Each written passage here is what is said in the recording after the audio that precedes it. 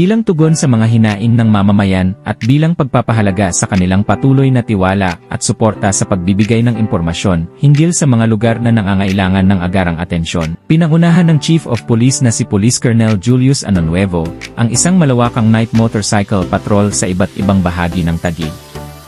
Sa kalaliman ng gabi hanggang sa magbukang liwayway, personal na sinuyod ng Chief of Police kasama ang mga tauhan ang mga pangunahing lansangan, eskinita, at iba pang lugar upang tiyakin ang presensya ng kapulisan at mapanatili ang kaayusan at seguridad sa lungsod. Ang hakbang na ito ay patunay ng mas pinaigting na police visibility at agarang pagtugon sa pangangailangan ng komunidad.